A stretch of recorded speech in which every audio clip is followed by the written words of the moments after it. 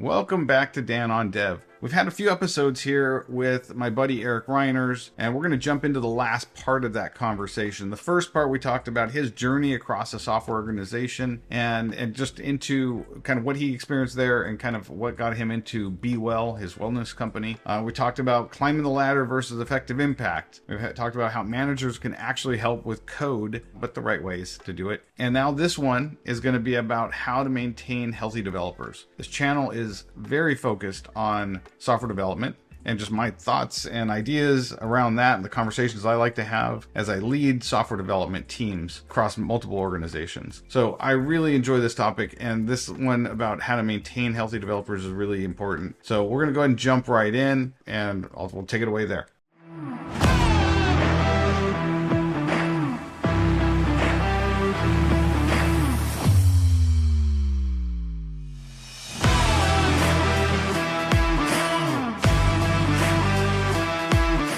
As you're kind of moving forward with Be Well, what are you most excited about, and what are you hoping for over the next couple of years? We are 1 year into the journey, and I've been incredibly surprised by how many people I found to help me on the journey. So I had people show up in February of last year, March of last year. I do a lot of free 1 hour coaching conversations, and then sometimes those lead to clients, sometimes they don't, but it's super informative for what problem am I trying to solve? And one of the first things was there's a lot of stress in modern workplaces. There's all these interruptions, like you got Slack and Teams and alerts flying all over the place. If you have an open floor plan, the average interruption time's like 5 minutes. And when you're coding, you need at least 90 minutes to go deep on a problem. And so one of the first things I said is there's a problem in distractions and focus when we're doing deep work, our best work. And so I started working on, how can we create space? And so I created a kind of a process or a practice to be able to free up space so people could actually do their deepest work. And then the stress kind of accumulates, and especially if you're in cybersecurity, there's always something going on. The threat environment continues to escalate. The products aren't always doing what they need to do. And then there's people, and there's process, there's bureaucracy sometimes. And what happens is your brains are not meant for chronic stress, they're meant for acute stress. Something happens, you got to resolve it, and then you come back to normal again.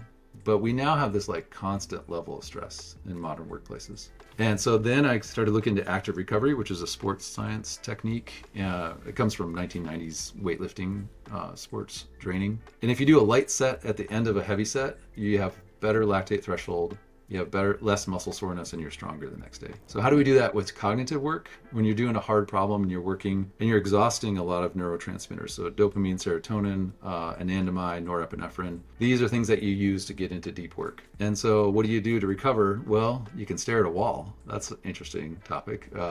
It's really boring, but it actually replenishes your dopamine.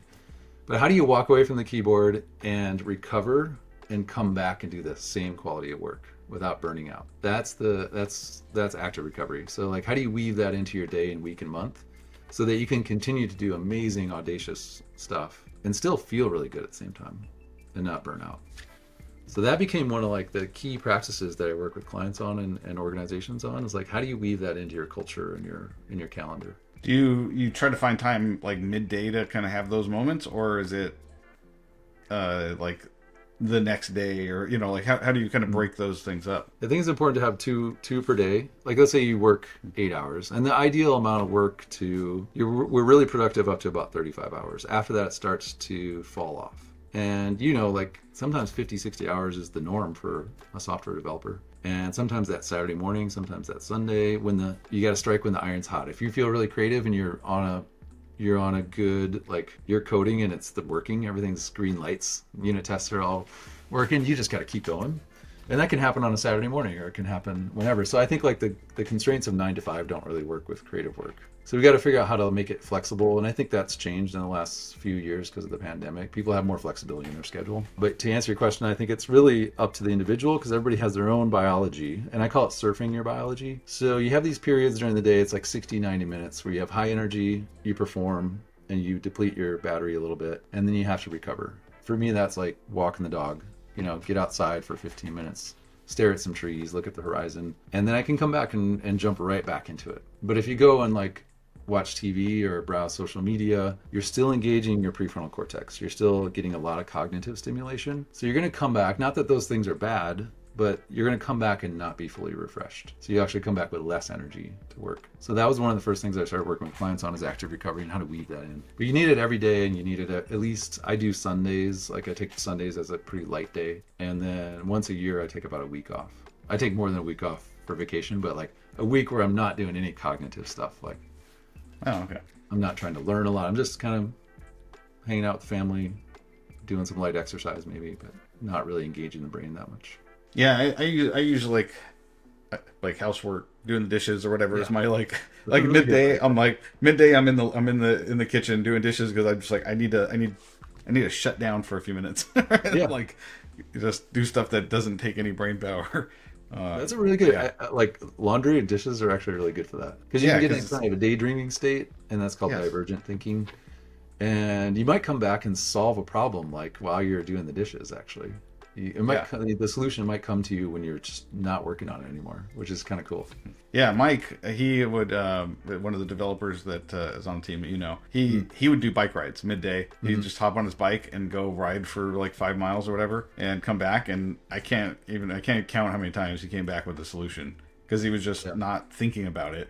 He was, focusing on not running into something. Right? Yeah, that's really cool. So he's probably getting endorphins too. Endorphins are like runner's high. You get that. That's really beneficial for focus and solving problems. Yeah, I used to have a treadmill under my desk, and I would kind of, on long meetings, I'd put on, I don't know if you remember my Zoom Dan, my long meeting Dan. Like walking slowly while everybody's. Yeah, I remember that. Yeah. Treadmills kind of became a thing for a while, and I haven't seen anybody on a treadmill in a while. I haven't seen that. Yeah, I don't know what happened, but I finally got rid of mine because it was just a hassle, and I wanted to like sit and work. So I think that's the problem. But anyway, this has been awesome. Thank you so much.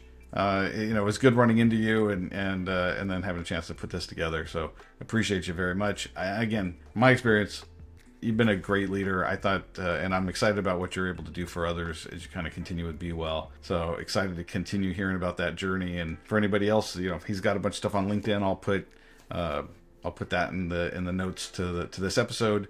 But definitely follow what he's doing over there, what he's posting, and what his team's posting. It's good stuff.